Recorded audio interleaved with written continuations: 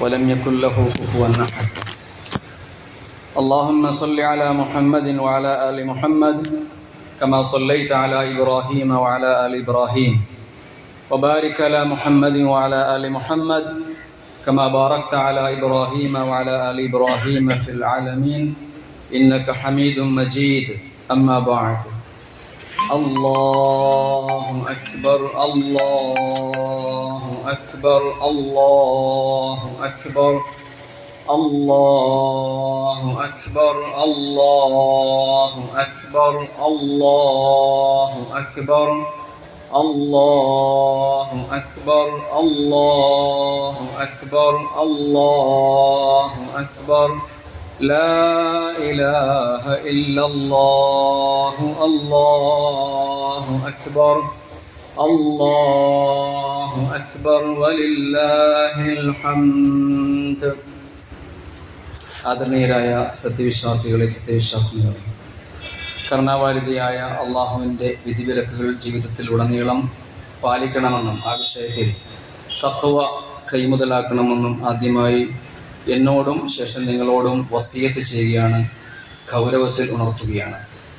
എല്ലാവർക്കും ചെറിയ പെരുന്നാളിൻ്റെ സന്തോഷ ദിനത്തിലേക്ക് സ്വാഗതം ചെയ്യുന്നു, ആശംസ അർപ്പിക്കുന്നു. കാരുണ്യവാനായ നാഥൻ വിശുദ്ധ റമദാനിലെ നമ്മളുടെ നോമ്പ് അള്ളാഹു സ്വീകരിക്കുമാറാകട്ടെ. ഈ പ്രഭാതത്തിൽ അള്ളാഹുവിനെ വാഴ്ത്തിയും പുകഴ്ത്തിയും ഇവിടെ ഒരുമിച്ച് കൂടിയ എല്ലാ സത്യവിശ്വാസികളെയും അള്ളാഹു അനുഗ്രഹിക്കുകയും ചെയ്യുമാറാകട്ടെ. വെയിൽ ശക്തമാണ്, ഖുതുബ പക്ഷേ കേൾക്കേണ്ടതാണ്. പ്രയാസമുള്ളവർ മുസല്ലയുടെ പരിസരത്തു നിന്ന് മാറി തണലത്തേക്ക് പോകുന്നതിന് വിരോധമില്ല, പക്ഷേ ഖുതുബ ശ്രവിക്കണം, ഇതിൻ്റെ കൂടെയുള്ളതാണ് എന്ന് പ്രത്യേകം ഉണർത്തിയാണ്. സഹോദരങ്ങളെ, അള്ളാഹുവിൻ്റെ അതിമഹത്തായ അനുഗ്രഹമാണ് ഈ പെരുന്നാളിലേക്ക് നമ്മൾ എത്തി എന്നുള്ളത്. നമ്മൾ പലതരം ആഘോഷങ്ങൾ കാണുന്നുണ്ട്. ആയിരക്കണക്കിന് രൂപ മദ്യത്തിന് ചിലവാക്കുന്ന, മദ്യമൊഴുകുന്ന ആഘോഷങ്ങളിൽ നിന്ന് വ്യത്യസ്തമായിട്ട് അതിൻ്റെ പേരിൽ മോശം വാക്കുകൾ കേൾക്കേണ്ടതില്ലാത്ത ഒരു ആഘോഷവുമായിട്ടാണ് നമ്മൾ ഇവിടെ ഒരുമിച്ച് കൂടിയിരിക്കുന്നത്. അതിന് അള്ളാഹു നമുക്ക് പ്രത്യേകമായി ഹംദ് പറയേണ്ടതുണ്ട്. കാരണം ഈ ഒരു സൗഭാഗ്യം തന്നവൻ അള്ളാഹുവാണ്. അള്ളാഹു നൽകിയതാണ് വിശുദ്ധമായ ഇസ്ലാം എന്നുള്ളത്. അത് അള്ളാഹുവിൽ നിന്നും അവതരിച്ച മതമാണ്. ഇസ്ലാമിൻ്റെ പ്രത്യേകത ഇസ്ലാമിനെ ആർക്കും തകർക്കാനാവില്ല എന്നുള്ളതാണ്. മുസ്ലിങ്ങളുടെ ജീവനെടുക്കാനും മതവിഷയത്തിൽ സംശയങ്ങളും ആശയക്കുഴപ്പങ്ങളും പ്രചരിപ്പിക്കാനും കിണങ്ങി ശ്രമിച്ചിട്ടും ഇസ്ലാം എല്ലാ ഇടങ്ങളിലും എന്ന് മാത്രമല്ല, വിരുദ്ധ പ്രചാരണം നടത്തുന്നവരുടെ നാടുകളിൽ പോലും വളർന്നുകൊണ്ടിരിക്കുന്ന ഒരു മതമാണ് ഇസ്ലാം. യൂറോപ്പും അമേരിക്കയും ഒക്കെ അത് സാക്ഷ്യം വഹിക്കുന്നുണ്ട്. യൂറോപ്പിലും അമേരിക്കയിലുമൊക്കെ യുവാക്കൾക്കിടയിൽ ഏറ്റവും അധികം പ്രചരിക്കുന്ന ഒരു മതം ഇസ്ലാമാണ്. ഇസ്ലാമിൻ്റെ പ്രത്യേകത ഏത് ആധിപത്യത്തിന് കീഴിലും ഇസ്ലാം തളിർക്കുകയും വളരുകയും ചെയ്യും എന്നുള്ളതാണ്. അള്ളാഹുവിനെതിരെ തന്ത്രം മെനയുന്നവരെ കുറിച്ച് അല്ലാഹു പറയുന്നു, അവർ അള്ളാഹുവിനെതിരെ തന്ത്രം മെനയുന്നു, പടച്ചോനും തന്ത്രം മെനയും. തന്ത്രം ഏറ്റവും നന്നായി മെനയാൻ അറിയുന്നവൻ അള്ളാഹുവാണ്. സഹോദരങ്ങളെ, നീതിക്കും സമാധാനത്തിനും വേണ്ടിയാണ് ഇസ്ലാം ഇക്കാലം അത്രയും പ്രവർത്തിച്ചിട്ടുള്ളത്. ഇന്ന് ലോകം നിയന്ത്രിക്കുന്നത് സമാധാനത്തിൻ്റെ ശത്രുക്കളാണ്. ഇസ്രയേലും അമേരിക്കയും ചേർന്ന് ഇറാനിലും ലബനാനിലും ഇപ്പോഴും തീമഴ പെയ്യിച്ചുകൊണ്ടിരിക്കുകയാണ്. ഇന്ന് രാവിലത്തെ പത്രവും നമ്മൾ കണ്ടു. വലിയ ആഘാതമാണ് അമേരിക്കയും ഇസ്രായേലും ചേർന്ന് മിഡിൽ ഈസ്റ്റിൽ ചെയ്തുകൊണ്ടിരിക്കുന്നത്. കരുത്തുണ്ടെന്ന് അവകാശപ്പെടുന്ന രാജ്യങ്ങളൊക്കെ ഈ പെക്കുത്തുകൾക്കെതിരെ ഒന്നും ഇപ്പോഴും ചെയ്യുന്നില്ല. സമാധാനം തകർക്കപ്പെടുമ്പോൾ മൗനം പാലിക്കുന്നവരും ഇരകളുടെ രക്തത്തിൽ പങ്കാളികളാണ് എന്ന് ഓർത്തിരിക്കേണ്ടതുണ്ട്. സത്യം വിളിച്ചു പറയുന്ന ചില മീഡിയകൾ ഉള്ളത് കൊണ്ട് മാത്രമാണ് ഈ കഥകളൊക്കെ അല്പമെങ്കിലും പുറം ലോകം അറിയുന്നത്. 78 വർഷമായി അധിനിവേശത്തിലുള്ള പലസ്തീൻ ഭൂമിയിൽ നിന്നും തദ്ദേശീയരെ ഇല്ലാതാക്കാൻ സൈന്യത്തെ അഴിച്ചുവിട്ടിട്ടും ആ ജനത അതിനെയൊക്കെ അതിജീവിച്ച് നിൽക്കുന്നത് ഗസയിൽ, വെസ്റ്റ് ബാങ്കിൽ നമ്മൾ കാണുന്നുണ്ട്. സാമ്രാജ്യത്വത്തിൻ്റെ അജണ്ടകൾ വിജയിക്കില്ല എന്നതിൻ്റെ മികച്ച ഉദാഹരണമാണ് അത്. ബോംബ് വർഷത്തിൽ തകർന്നടിഞ്ഞ പള്ളികളുടെ പരിസരത്തിരുന്നാണ് ഈ റമദാനിലും അവർ നോമ്പ് തുറന്നത്. ഇന്നും അവർ ഇസ്ലാമിനെ കുറിച്ചാണ് പരസ്യമായി സംസാരിക്കുന്നത്. ലോക ഭരണാധികാരികൾ തമ്മിൽ അംഗീകരിച്ച പുതിയ ഭരണക്രമത്തെ അവർ തള്ളിപ്പറഞ്ഞത് ഇസ്ലാം നൽകിയ ആദർശത്തിന്റെ ബലത്തിൽ നിന്നുകൊണ്ടാണ്. ജൂതന്മാരുടെ തോക്കിൽ മുലയിൽ നിന്നുകൊണ്ട് അവർ പറയുന്നത് അവസാന ശ്വാസം വരെ ഞങ്ങൾ നിങ്ങൾക്കെതിരെ പോരാടും.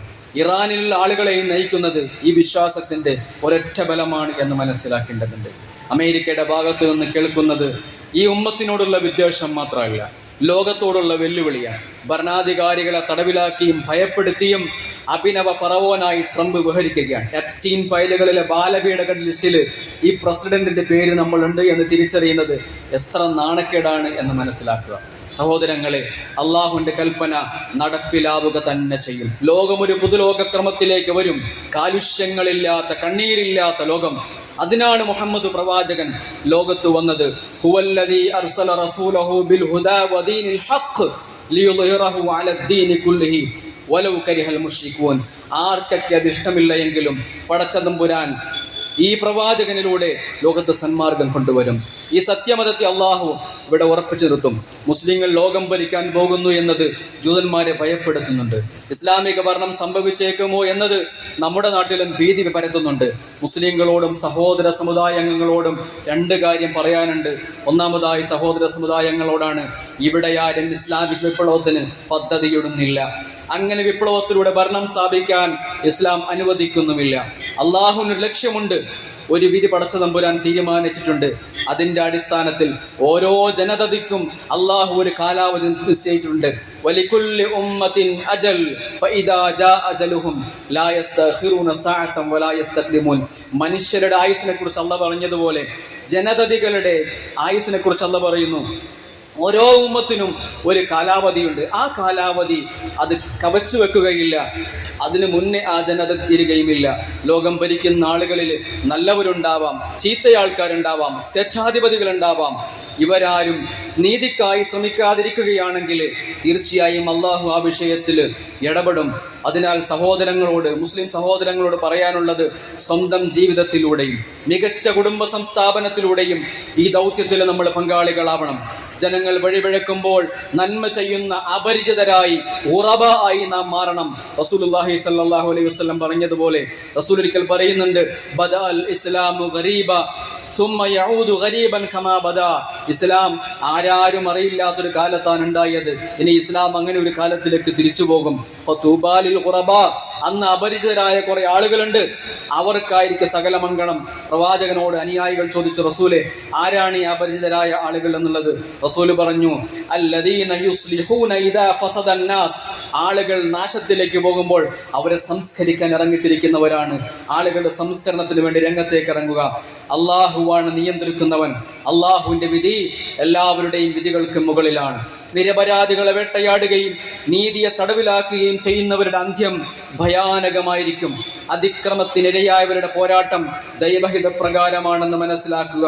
ഉദിന ലില്ലദീന യുഖാതിലൂന ബിഅന്നഹും ളുലിമു വഅന്നല്ലാഹ അലാ നസ്രിഹിം ലഖദീർ. അതിക്രമിക്കപ്പെട്ടവർക്ക് അവർക്ക് അവരുടെ അവകാശത്തിന് വേണ്ടി പോരാടാൻ അള്ളാഹു അനുമതി കൊടുത്തതാണ്. അതുകൊണ്ട് അതിക്രമത്തിനിരയായതിന്റെ പേരിൽ പോരാടുന്നവരോട് ഐക്യപ്പെടാൻ തയ്യാറാവുക. അവരോട് ഐക്യപ്പെടുക എന്നുള്ളത് ലോകത്തിന്റെ ധാർമ്മിക ബാധ്യതയാണ്. സമരത്തിനിറങ്ങുന്നില്ലെങ്കിൽ, സുഖജീവിതത്തിന് ഭംഗം വരാതിരിക്കാൻ കപടനിഷ്പക്ഷത പാലിക്കുന്നവരുടെ അധികാര രാഷ്ട്രീയത്തിന്റെ അടിത്തറയിളകാറായിരിക്കുന്നു. ഇല്ലാ തൻഫിറു യുഅദ്ദിബുകും അദാബൻ അലീമ വയസ്തബ്ദിൽ ഖൗമൻ ഗൈറകും. പോരാടാൻ ഇറങ്ങുന്നില്ലെങ്കിൽ, അനീതിക്കെതിരെ പ്രതികരിക്കുന്നില്ലെങ്കിൽ, അള്ളാഹു പറയുന്നു, അത്തരം ആളുകളെ മാറ്റിയിട്ട് നീതി സ്ഥാപിക്കുന്ന ആളുകളെ നാം ഇവിടെ കൊണ്ടുവരും. സൂറത്തു തൗബയിലെ 39-ാമത്തെ വചനമാണ് അള്ളാഹു നമ്മളോട് ഈ തരത്തിൽ പറയുന്നത്. സഹോദരങ്ങളെ, ലോകരാജ്യങ്ങളിൽ നിന്ന് അമേരിക്കയ്ക്കും ഇസ്രായേലിനും എതിരെ പ്രതികരിക്കുന്നില്ല. യുദ്ധം നമ്മുടെ അടുക്കളയിൽ എത്തിച്ചേർന്നിട്ടുണ്ട്. ചേരിചേരാ പ്രസ്ഥാനത്തിന് നേതൃത്വം കൊടുത്ത മഹത്തായ ഇന്ത്യ രാജ്യം ഇന്ധന ഇറക്കുമതിക്കായി അമേരിക്കയോട് യാചിക്കുന്ന നാണക്കേട് നമ്മൾ കാണുകയാണ്. ഇത് ശത്രുക്കൾക്ക് കൂടുതൽ കരുത്തുണ്ടാക്കി കൊടുക്കുക മാത്രമേ ചെയ്യുള്ളൂ. അതിക്രമങ്ങൾ വർദ്ധിക്കുക മാത്രമേയുള്ളൂ. ലോകത്തിന് മേലുള്ള അമേരിക്കൻ ആധിപത്യം അവസാനിക്കണം. തങ്ങളുടെ വിഭവങ്ങളിലും തീരുമാനങ്ങളിലും ലോകരാജ്യങ്ങൾക്ക് സ്വതന്ത്രമായ അധികാരം വേണം. അതുകൊണ്ട് നൂറ്റാണ്ടുകളായി ഇസ്ലാം ശ്രമിക്കുന്നത് ഇത്തരത്തിലുള്ള തിന്മകൾ ഇല്ലാതാക്കാൻ വേണ്ടിയാണ്. അതുകൊണ്ട് തന്നെയാണ് എല്ലാവിധ അതിക്രമത്തിനും ഏറ്റവും കൂടുതൽ ഇരയാകുന്ന മതം ഇസ്ലാമായിക്കൊണ്ടിരിക്കുന്നത്. ഇസ്ലാമിനെ വികലമായി അവതരിപ്പിക്കപ്പെടുന്നുണ്ട്. കുറ്റകൃത്യം ചെയ്യുന്ന ആളുകളൊക്കെ മുസ്ലിങ്ങളാണെന്ന് വരുത്തുന്നുണ്ട്. സാമ്പത്തിക ഉപരോധം ഏർപ്പെടുത്തുന്നുണ്ട്. ഇസ്ലാമോഫോബിയ പല രൂപങ്ങളിൽ, പല നാടിൽ, പലതരത്തിൽ അത് പ്രചരിക്കുന്നുണ്ട്. തുഫാനുൽ അഖ്സയ്ക്ക് ശേഷം ഇത് മറ്റൊരു തരത്തിലേക്ക് മാറിയിട്ടുണ്ട്. എന്തിനാണ് ഇപ്പോൾ ഇറാൻ യുദ്ധം എന്ന് ആലോചിക്കുക. പല മാനങ്ങൾ ഇതിന് അവതരിപ്പിക്കപ്പെടാനുണ്ടെങ്കിലും അത് പലതും ശരിയാണെങ്കിലും യഥാർത്ഥ പ്രശ്നം ഇസ്ലാം ഭീതി തന്നെയാണ്. എന്തുകൊണ്ടെന്നാൽ ഇസ്ലാം കേവലം ചില ആചാരങ്ങളല്ല. ഇസ്ലാം ഒരു ജീവിത രീതിയാണ്, സമ്പൂർണ്ണ നാഗരിക പദ്ധതിയാണ്, പ്രപഞ്ച വീക്ഷണമാണ്. പാശ്ചാത്യ വ്യവസ്ഥിതിക്ക് വെല്ലുവിളിയാകുന്ന ഒരേയൊരു ബദൽ സംവിധാനമാണ് ഇസ്ലാം. ബർണാഡ് ലൂയിസ് പറഞ്ഞതുപോലെ പ്രശ്നം മുസ്ലിങ്ങളിലല്ല, മറിച്ച് ഇസ്ലാമിലാണ് പ്രശ്നം. അതെ, ആ ഇസ്ലാമാണ് പ്രശ്നം. ആ ഇസ്ലാമിന്റെ പ്രശ്നം അനീതിക്കെതിരെ വിരൽ ചൂണ്ടുമെന്നുള്ളതാണ്, മനുഷ്യന്റെ സ്വാതന്ത്ര്യത്തിന് വേണ്ടി വാദിക്കുമെന്നുള്ളതാണ്, നീതിക്ക് വേണ്ടി നിലയുറപ്പിക്കുമെന്നുള്ളതാണ്. നീതിക്ക് വേണ്ടി നിലയുറപ്പിക്കുന്നതും ആളുകളുടെ സ്വാതന്ത്ര്യത്തിന് വേണ്ടി പ്രവർത്തിക്കുന്നതും തെറ്റാണെങ്കിൽ ആ തെറ്റിന്റെ കൂടെയാണ് ഇസ്ലാം എന്ന് തിരിച്ചറിയുക. ആ ഇസ്ലാം നൽകിയ ആദർശത്തിന്റെ ആ ബോധത്തിൽ നിന്നുകൊണ്ടാൽ മുസ്ലിങ്ങൾ തിന്മകൾക്കെതിരെ പ്രതികരിക്കുന്നത്. സഹോദരങ്ങളെ, വിമോചനത്തിന്റെ മതമാണ് ഇസ്ലാം എന്ന് മനസ്സിലാക്കുക.